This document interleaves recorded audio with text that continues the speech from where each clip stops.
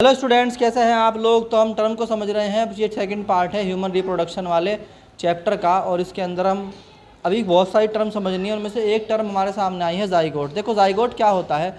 मान लीजिए आपके पास मेल स्पर्म है, तो ये स्पर्म होगा हैप्लॉइड। ऑटोमेटिक सी बात है, सब लोग जानते हैं कि एक क्या होता है, हैप्लॉइड सेल होता है। In the same way there is a ovum that is also a haploid cell. जब ये आपस में मिल जाते हैं तो ये एक डिप्लॉइड सेल बनाते हैं, जिसके अंदर 2n न्यूक्लियस होता है, यानी कि डबल माइक्रो क्या होगा, इसके अंदर क्रोमोसोम्स होंगे, and this is called diploid cell. तो ये एक डिप्लॉइड सेल है। इस तरीके से मिलने के बाद ये जो बना है ना, ये जो बना है, अब पूरा एनिमल इसी से बनेगा।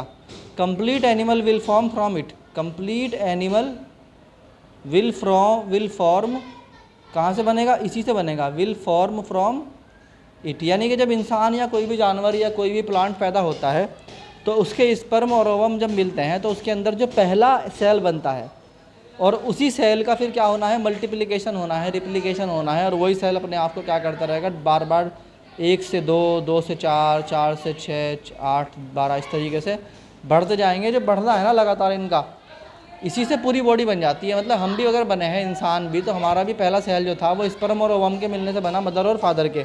उसके बाद ये पूरी बॉडी बनती चली गई। तो ये जो पहला सेल बना था, पहला cell, this is called zygote. तो हम बोलते हैं इट इज़ दी सेल, ये एक सेल है ना, विच इज़ फॉर्म्ड, जो कि बना था, विच इज़ फॉर्म्ड, जो कि क्या हुआ था, बना था, as the result of fertilisation, as the result of fertilisation. यानी कि अभी जो हमने पढ़ा है पिछले लेक्चर में, वो फर्टिलाइजेशन का मतलब पढ़ा था हमने। फर्टिलाइजेशन का रिज़ल्ट क्या है, वो है जाइगोट का बनना। बात समझ में आई कि नहीं आई, ठीक है नहीं है। और यहीं से क्या होता है, पूरा एनिमल डेवलप होता है। तो हम कह सकते हैं it is the first cell of animal. किसी भी एनिमल का फर्स्ट सेल जो होता है वो जाइगोट होता है, और ये एक डिप्लॉइड सेल होता है। It is a diploid cell. बात समझ में आई कि नहीं आई, अरे बोलो भाई। चलो अब नेक्स्ट एक और टर्म है, दैट इज़ गैमीट। भाई ये गैमीट क्या है, आप बार बार सुन रहे, व्हाट इज़ दी गैमीट। अगर ये टर्म आपको क्लियर नहीं है ना, तो आपको चैप्टर में कुछ भी समझ में नहीं आएगा। तो गैमीट जो है ये क्या होते हैं, आपके पास मेल क्या होता है, एक स्पर्म होता है, एक क्या होता है, फीमेल स्पर्म होता है ना। स्पर्म, मेल स्पर्म है, और फीमेल जो हैप्लॉइड सेल है, this is called female ovum. इनकी पहचान ये है कि इनके पास जो न्यूक्लियस होता है उसके अंदर एन सेट ऑफ क्रोमोसोम होता है, यानी कि एन सेट ऑफ क्रोमोसोम होता है। इसका मतलब क्या है कि ये क्या है, ये हैप्लॉइड सेल्स हैं। ये क्या है भाई, हैप्लॉइड सेल्स हैं। हैप्लॉइड सेल होने का मतलब है कि ये अधूरे हैं, यानी कि ये आधे हैं।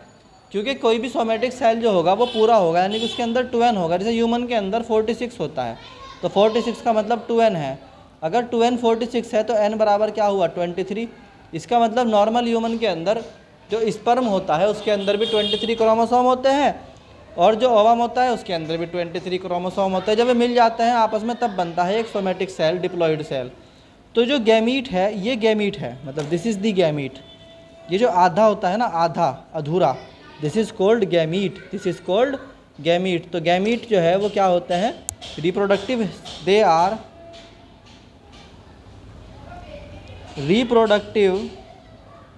Are reproductive haploid cells. क्या होते हैं भाई, हैप्लॉइड सेल्स होते हैं, है ना।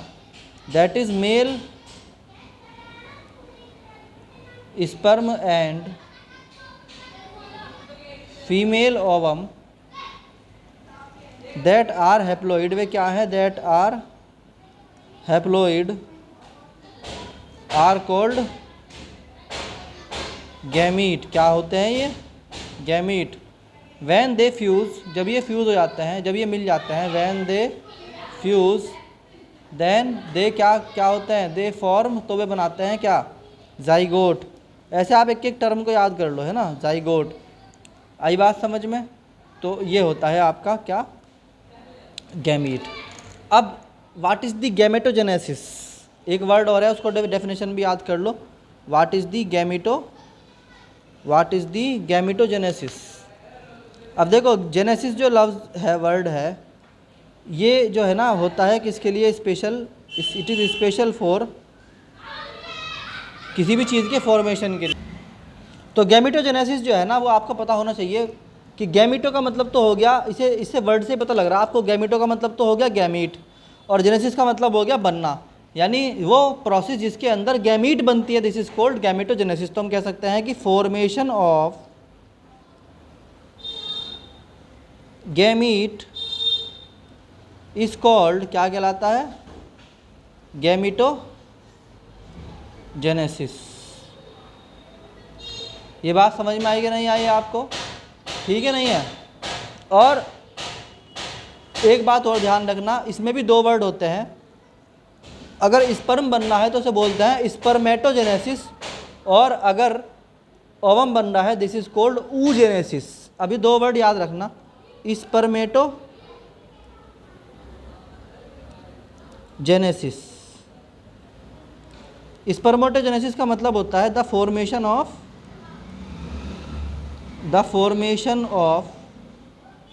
स्पर्म इज कॉल्ड, क्या कहलाता है, स्पर्मेटोजेनेसिस। अब देखो यहाँ पे ना इस बात को समझो, बात को आप, कि अगर आपको ये वर्ड ही याद नहीं है तो आप ना क्या कर लोगे बायोलॉजी में, आप खुद सोचो।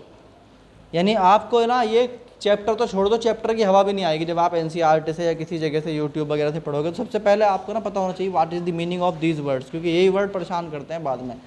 तो गैमेटोजेनेसिस का मतलब क्या हुआ, गैमेट बनना।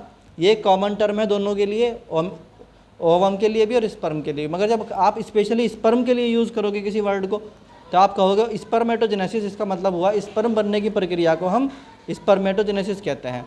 oogenesis का मतलब क्या होता है, द फॉर्मेशन ऑफ ओवम, यानी कि ओवम या ओवा भी कहते हैं इसको, ओवा इज कॉल्ड, क्या कहलाता है भाई, अरे बोलो, इज कॉल्ड oogenesis।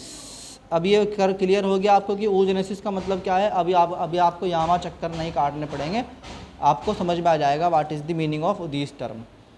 तो बच्चों ये था आपके और कुछ टर्म्स। अब चलते हैं नेक्स्ट लेक्चर की तरफ को।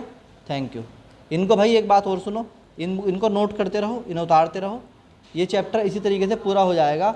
Chapter number 1 that is sexual reproduction flowering plant, मैंने उसको डिसाइड ये किया है कि मैं उसको एक बार और पढ़वाऊँगा। अभी जितना पढ़ के समझ में आ गया उतना समझ में आ गया, क्योंकि बहुत सारी टर्म उसमें ऐसी आ रही हैं बीच बीच में जो तभी समझ में आ सकती है जब आपने कुछ और चैप्टर पढ़ रखा हो। तो अभी आप इस चैप्टर को कंटिन्यू करो, इस चैप्टर की सारी टर्म्स पढ़ो, and then we will go to the next lecture. Thank you.